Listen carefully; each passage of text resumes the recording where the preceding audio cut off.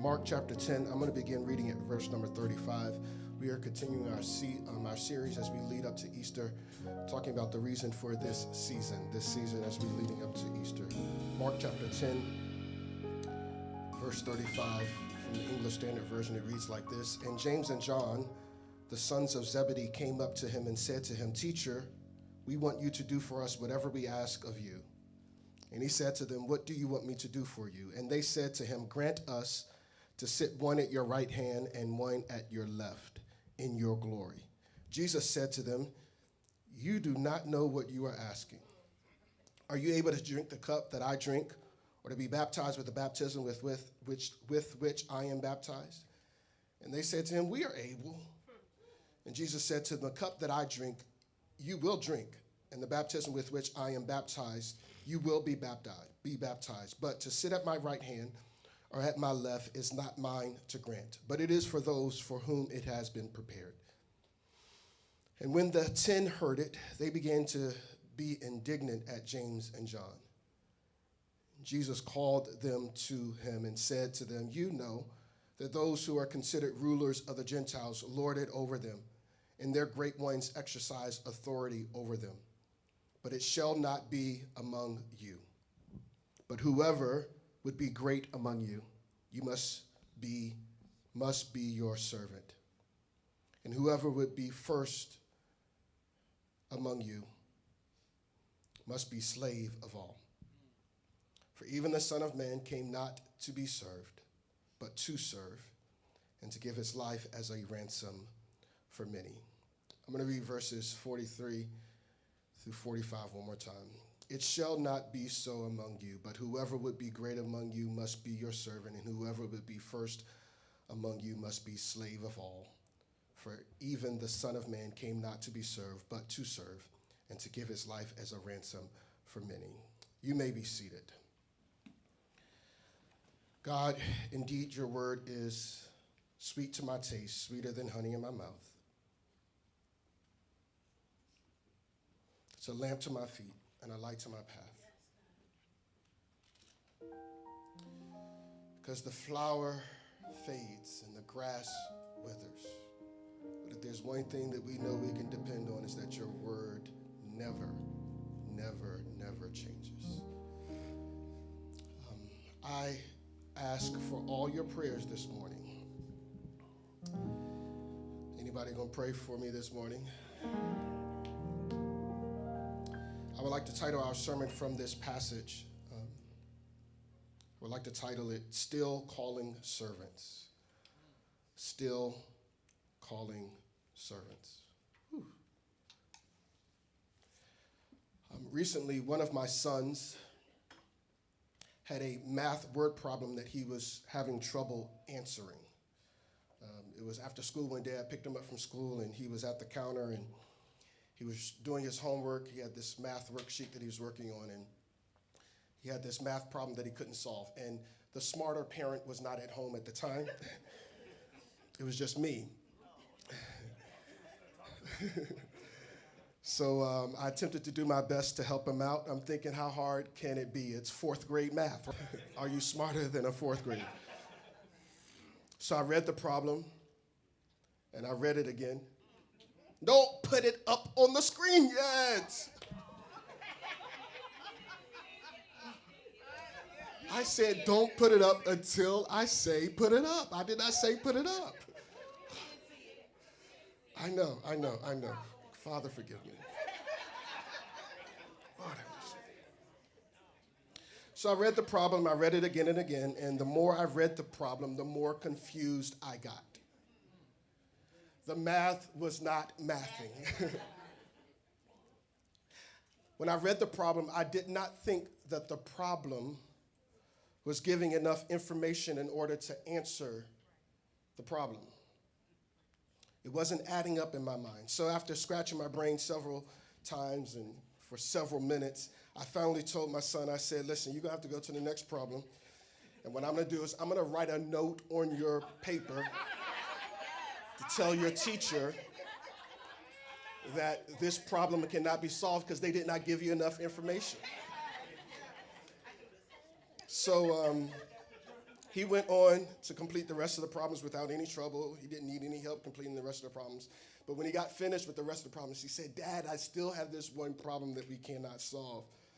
And I said, I know. I'm going to write this note on here. And so I didn't get a chance to write the note on it. But I tried to look at it again to see if I could figure it out. Couldn't figure it out. Later on that day, before the smarter parent, she still wasn't home yet, one of his older brothers came home. And I looked at him, I said, "You're smart. Can you solve this equation? Can you solve this problem?" And so we're going to put it on the screen. Before you put it on the screen, when you read the problem, if you know the answer, please do not blurt it out. Y'all all hear me? Yes. Don't blurt it out. Now I'm going to ask you to raise your hand, but I don't want you to blurt it out. Y'all with me? Okay. Put it up on the screen. Yes. Now. Johnny was baking a cake. The ingredients called for 3/4 cup of brown sugar and 1/4 cup of regular sugar. How much more brown sugar is needed?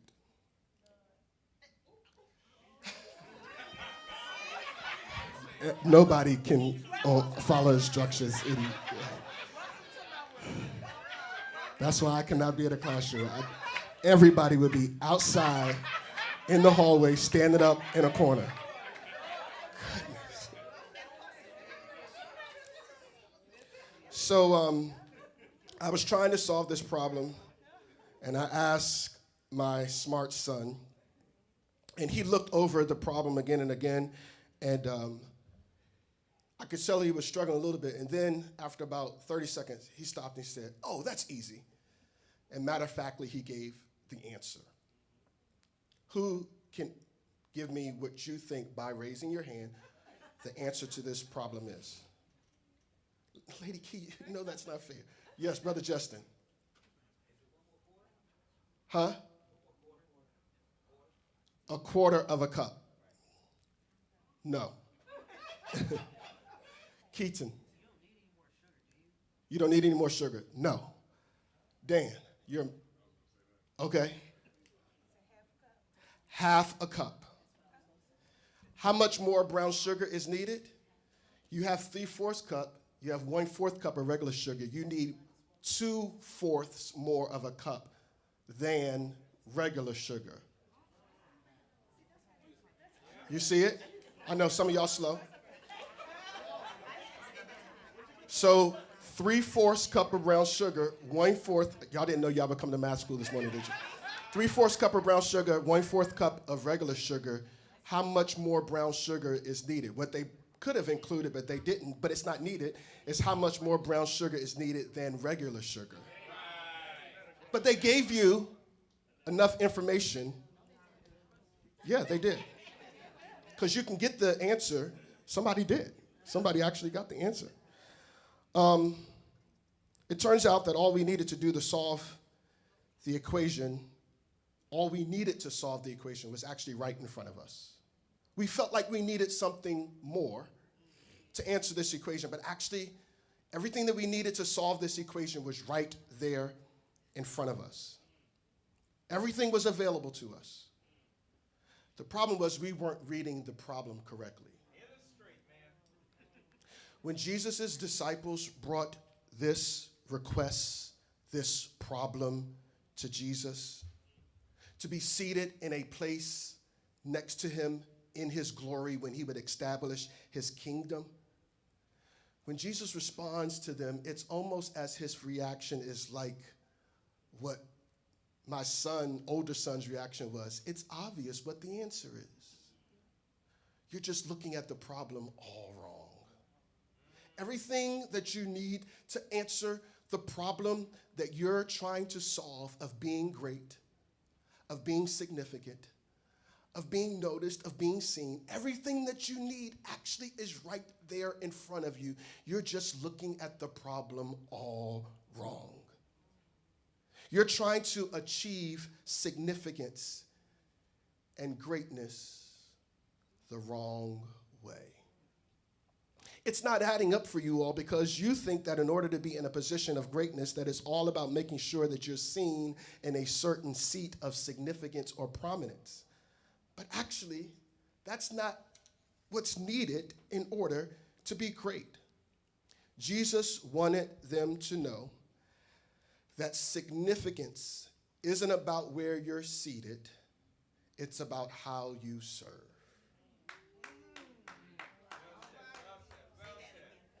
Significance is not about where you're seated, it's about how you serve. I could close the Bible up and go home, because that's what this text is tailored to teach us. But I gotta go a little further, because I gotta ask you this question. How many of us have answered this problem correctly in our own lives? Or are we still at a dilemma, thinking that there is something that is missing in order for us to solve this equation of being significant? The idea of being significant actually is not something that is foreign to us. It's something that all of us actually innately grow, come into this world with. It's kind of something that makes us all human. It's this idea of, I just want somebody to appreciate me, to see me, to know me, to see that my contribution counts. And it's interesting that in this passage, when James and John roll up on Jesus and ask Jesus this question, this equation, trying to solve this equation, Jesus does not condemn them for wanting to be significant. Jesus doesn't say, why are you trying to be significant? You shouldn't be trying to be significant. And I think that some of us, we see this and we want to come down on them. We want to condemn them for actually asking this question. Reverend Dr. Martin Luther King Jr., in his treatise on this text, he talks about how this trait is in all of us. He calls it a drum major instinct. He said it's the instinct to want to be out front. It's the instinct to want to be seen. It's the instinct to want to lead. And some of y'all in the room, you're thinking, well, that's not me. I don't want to be out front. I don't want to be seen. I don't want to be in the lead position. But you do have a desire to be noticed. And you do have a desire for significance. You do have a desire to be known. You don't want everybody to look over you. And the thing is that so few of us get this problem right. Because most people today, even today, still seek significance and greatness based on position, based on power, based on status, based on where you're seated, based on being seen in a certain light. But Jesus was trying to tell his guys, listen, y'all going about this all the wrong way. What you need to solve this desire to be significant is right in front of you. He says in verse number 43, whoever would be great among you must be your servant. See, here's what Jesus is saying. He's like, listen, don't get rid of the desire to be significant. You just need to realize that to be significant is not about where you're seated. It's about how you're serving. Here's what Reverend Dr. Martin Luther King says in his treatise on this text. He says, don't give up this instinct. It's a good instinct if you use it right. It's a good instinct if you don't distort it and pervert it. Don't give up on it. Keep feeling the need for being important. Keep feeling the need for being first. But if you want to be first in love. If you want to be first in moral excellence. If you want to be first in generosity. He says, this is what I want you to do. This is an interesting dilemma that they find themselves in as they're coming to Jesus and they're asking Jesus to be seated at his right and his left. And what they're asking is that they really thought that Jesus had come to earth, and they actually were affirming the fact that they believed that Jesus was the Christ and that he was to be the king, because they're saying, when you become king and when you sit on your throne, would you grant it to us so that we can sit on your right and your left? Those positions, the position in the middle was always the position of highest rank and highest authority. But the position to the right was right underneath the highest rank, and the position to the left was right underneath that. And so they were seats of prominence. They were seats of significance. They were seats that everyone else could see and perceive they must be somebody important if they're seated where they are. Amen. They wanted to be seen. And they bring this dilemma, and they're like, can you help us out here, Jesus? Can you please help us to scratch this itch that we have to be seen? Can you scratch this itch? And it's interesting how Jesus responds to them initially.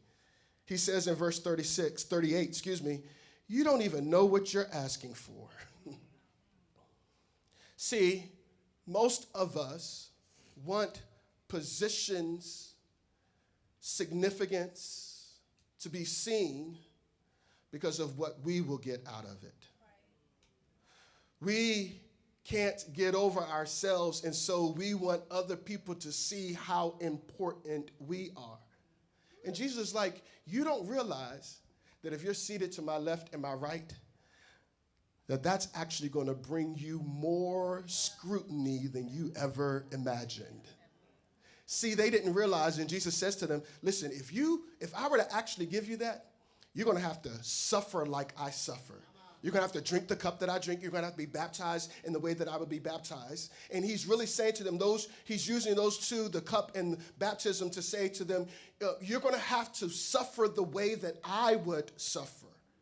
He says, so if you want to sit there, you need to know that what you're actually asking for is not what you think you're asking for. You're actually asking to have more scrutiny on you, even though you want to be seen. And it's actually harder to be in those positions than you actually think.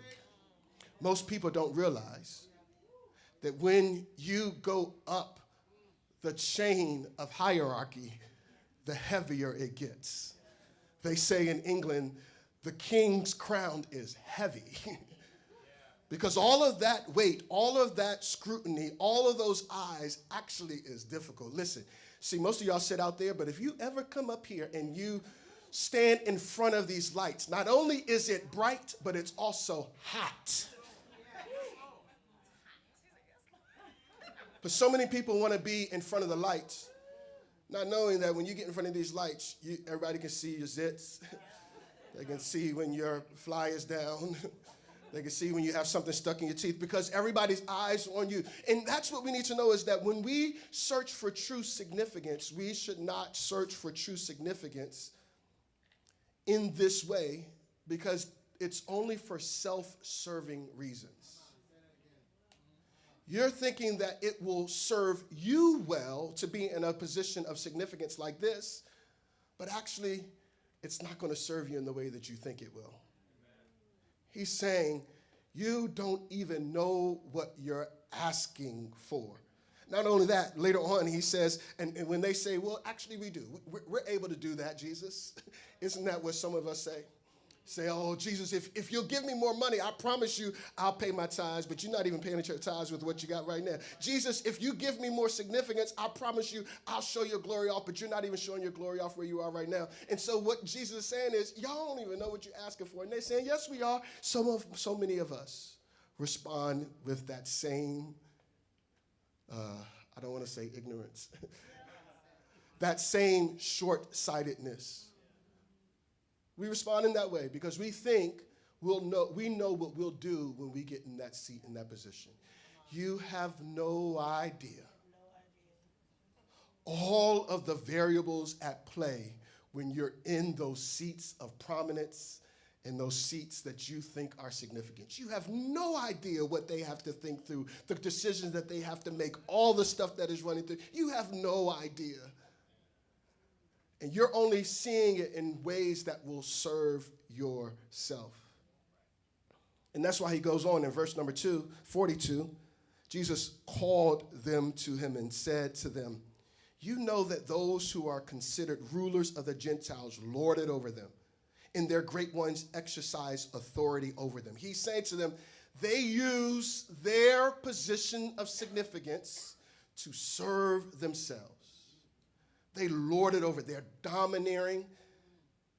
They try to tell everybody else what to do, and they try to live above the law. They don't think that they should have to be faced with the same scrutiny that they want everybody else to be faced with. They can be a felon in office and then not even be concerned about other people who need a second chance like you wish you can get a second chance.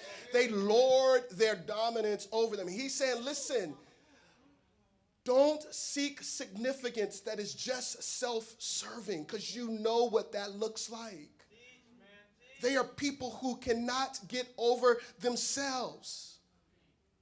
That's not the way that you should want to be. And when you seek significance in this way, what you're really seeking after is for self-service to you. He says, don't do that. Don't just try to get into positions of significance because you're somebody's favorite or because you're related to somebody or because of your network connections. Don't do it because you have enough money to buy $1 million ticket so you can be on stage next to all the other important people. Don't do it in that way. He says that true significance, true greatness is actually found in serving others. But y'all know most of us don't see it this way. Even those that we see in positions of prominence in our country, they don't even see it that way.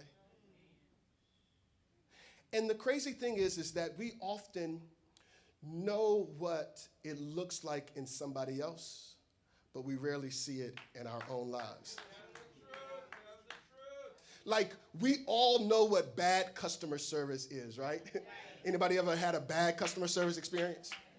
But we also know what good customer service is. Have you ever had such good customer service that it left a lingering mark on you? So my wife and I, Lady Key, we love to go out to eat together and try new restaurants. And the restaurants that we really like going to are the restaurants that we've been to before where we have had an incredible customer service experience. We want to go someplace where when we walk in, they say, hey, parent, hey, Key. They know our name. We don't even have to place the order. They know what we want to eat. There is in the system, there are notes about what we like to eat. There's one place, there's a note about what dessert we like. We all know what good customer service looks like. And we all know what bad customer service looks like. But when it comes to our own lives, sometimes we can be a little short-sighted again. We know that you can be significant in serving. But for most of us, we don't solve this equation right for our own lives.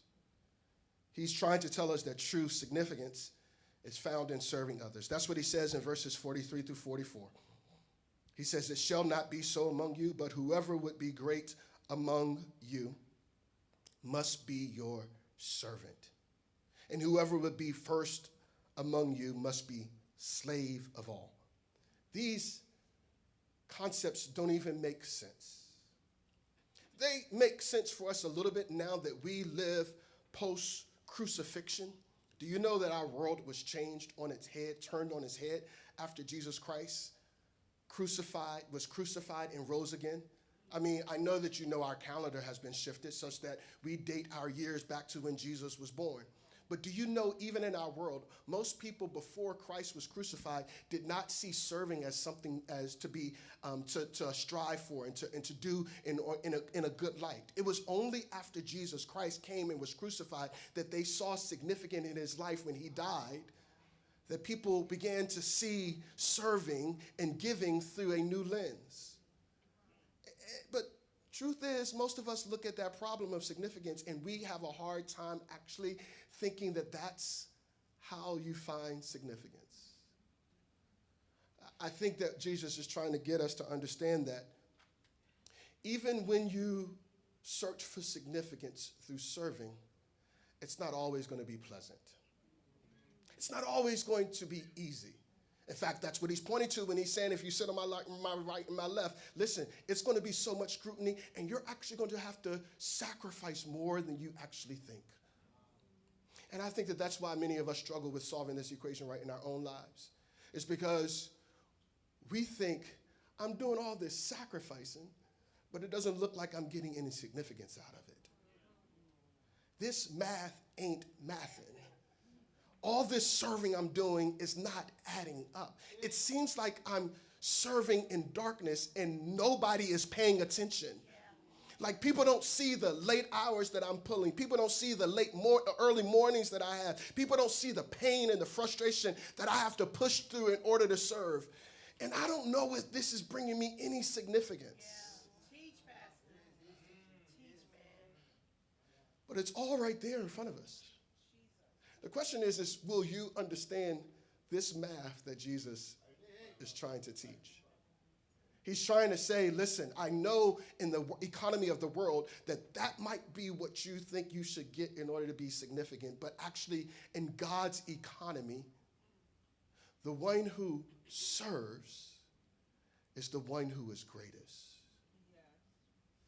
The one who subjects himself in service to others, a slave, is actually the one who is first. It doesn't make sense. I mean, anybody else like this problem in your mind, you're having a hard time solving it, just like you had a hard time solving the problem initially? Like, it doesn't make sense. It only makes sense when you consider what Jesus came to do. He says, even the Son of Man came not to be served, but to serve, and to give his life as a ransom for many. Here's what Jesus is saying. I had the highest position in God's kingdom. I had the highest position. I had the best seat in the house. But the person who was greatest in God's kingdom actually became the lowest in the world. The person who was first in God's kingdom actually became slave to all. He's saying, I am the living, breathing example of what it looks like to be first and then accept a position of lowliness. I am the one who, you see me as great, but look what I came to do. I came to serve. And if you don't see this equation through the lens of what Christ has done for you, you will miss that there is significance in serving. See, what we should see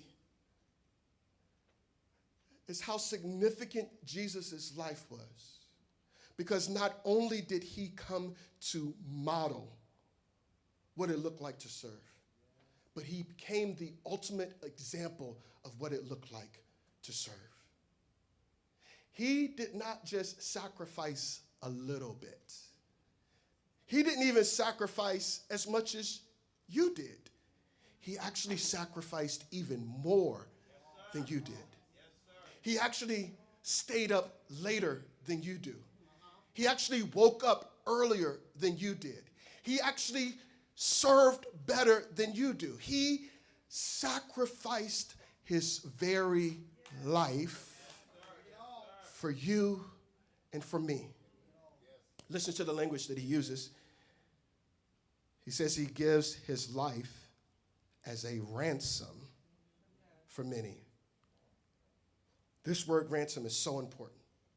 It communicates this, that Christ's death was the price God demanded to redeem us from the slavery of sin.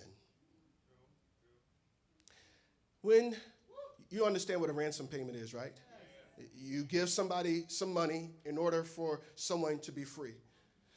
And so as we ask the question, Jesus says that he gives his life as a ransom. Who does the ransom payment go to? Do we give it to Satan? No. Do we give it to sin? No.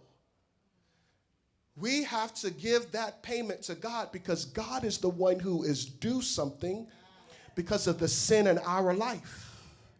And so what Jesus does is he gives his life for our life. And so we don't die. He dies when we were supposed to die. And when we place faith in him, he frees us and gives God the payments that was due our lives.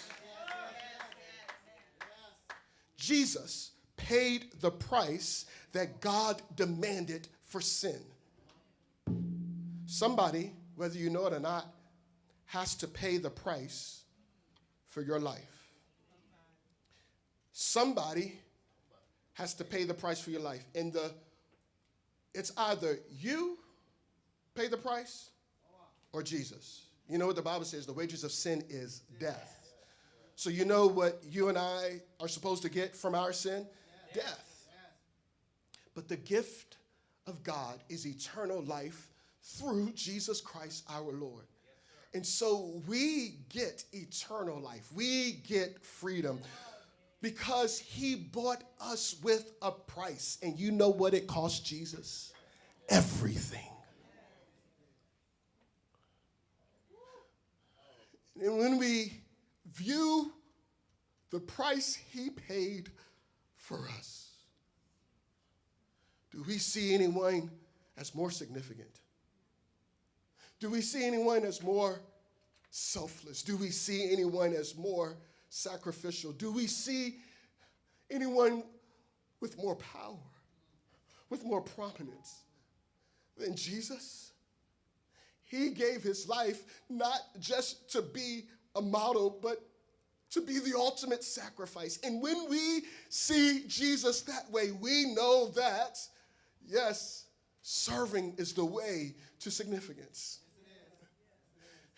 See, significance is not about how easy it will be.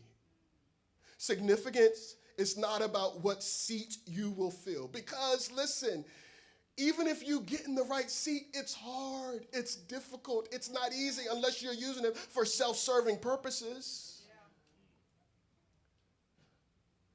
Just being in that seat does not matter if you're only using it for yourself. We see that out in the world. That's not the significance we want. And so if you actually want to have real significance, it will mean that you will have to serve. And Jesus is the ultimate example of that. There was this guy called Pat Tillman. He played in the NFL many years ago. And, some of y'all know his story, huh? He had this lucrative career. He was making close to $5 million a year. And seemingly out of the blue, he retired from the NFL and he enlisted into the military. It's like, why would you give up all of that money in order to go work and serve in the military?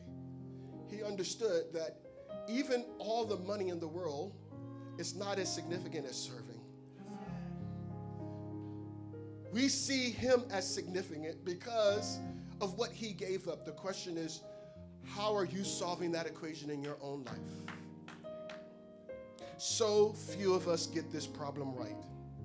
And the only way we can get this problem right is that we must look to Jesus, who gave up everything for us. A true sign of significance is not where you're seated, but it's how you serve.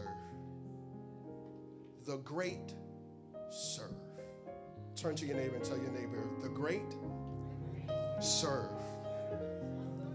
So, how are you going to answer this question? Are you going to get this problem right? Or are you going to think that there's another way that you can get to significance other than serving? He's calling you and I to be great. He's calling you and I to be significant. But the only way to do it is not to seek to go up, but it's actually to seek to go down. And there's no better example than what Christ did for us on the cross. I'll never know how much it costs to see my sin upon the cross. I will never know, but I'm so glad that he did. How will you answer this question? How will you solve this problem? Everything that you need is right there to answer this question and solve this problem. The question is will you serve? He's still calling servants.